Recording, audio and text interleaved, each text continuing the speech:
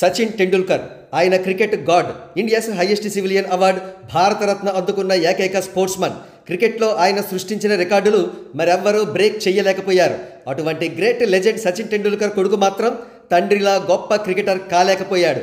Nataratna senior NTR 1950s, 60s, 70sలో ఏఎన్ఆర్తో పాటు సంయుక్తంగా నంబర్ 1 స్థానం షేర్ చేసుకోవడం మాత్రమే కాక టీడీపీ స్థాపించి సీఎంగా కూడా పనిచేసిన గొప్ప లెజెండ్. కానీ ఆయన కుమారులెవరూ అటు సినిమాల్లో కానీ ఇటు రాజకీయాల్లో కానీ ఆయన స్థాయికి చేరుకోలేకపోయారు. చివరకు ఆయన స్థాపించిన పార్టీని కూడా హస్తగతం చేసుకోలేకపోయారనే విమర్శ ఉండనే ఉంది. ఇక మెగాస్టార్ చిరంజీవి గారు తెలుగు తెరకు ఆల్ టైమ్ నంబర్ 1 హీరోగా ఆయన టాలీవుడ్లో నంబర్ 1 హీరో కావచ్చు. కానీ ఆయన ఆర్గనైజర్గా కొన్ని దశాబ్దాల నుండి చేస్తున్న సేవా కార్యక్రమాల్లో భారతీయ నటుల్లోనే నంబర్ 1. మరి అటువంటి మెగాస్టార్ కొడుకు ఏమయ్యాడు? తండ్రి స్థాయికి ధీటుగా గ్లోబల్ స్టార్ అయ్యాడు. గ్లోబల్ స్టార్ రామ్ చరణ్ అయ్యారు. నటించిన కేవలం 15 సినిమాలతోనే 3 ఇండస్ట్రీ హిట్లు ఇవ్వడం భారతీయ సినీ చరిత్ర పుట్టిన తర్వాత ఏ నటుడు సాధించలేని ఫీట్.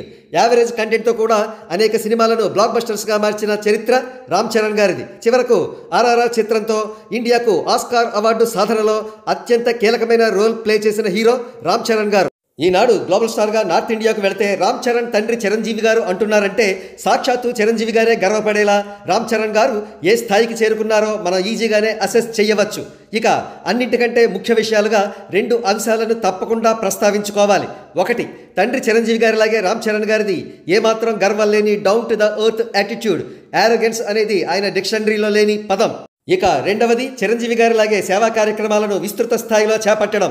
ఈనాడు చిరంజీవి బ్లడ్ బ్యాంకుకు బ్యాక్ బోన్గా నిలుస్తూ ఆర్థికంగా అండదండలు అందిస్తున్న వ్యక్తి రామ్ చరణ్ గారు అని చెప్పవచ్చు.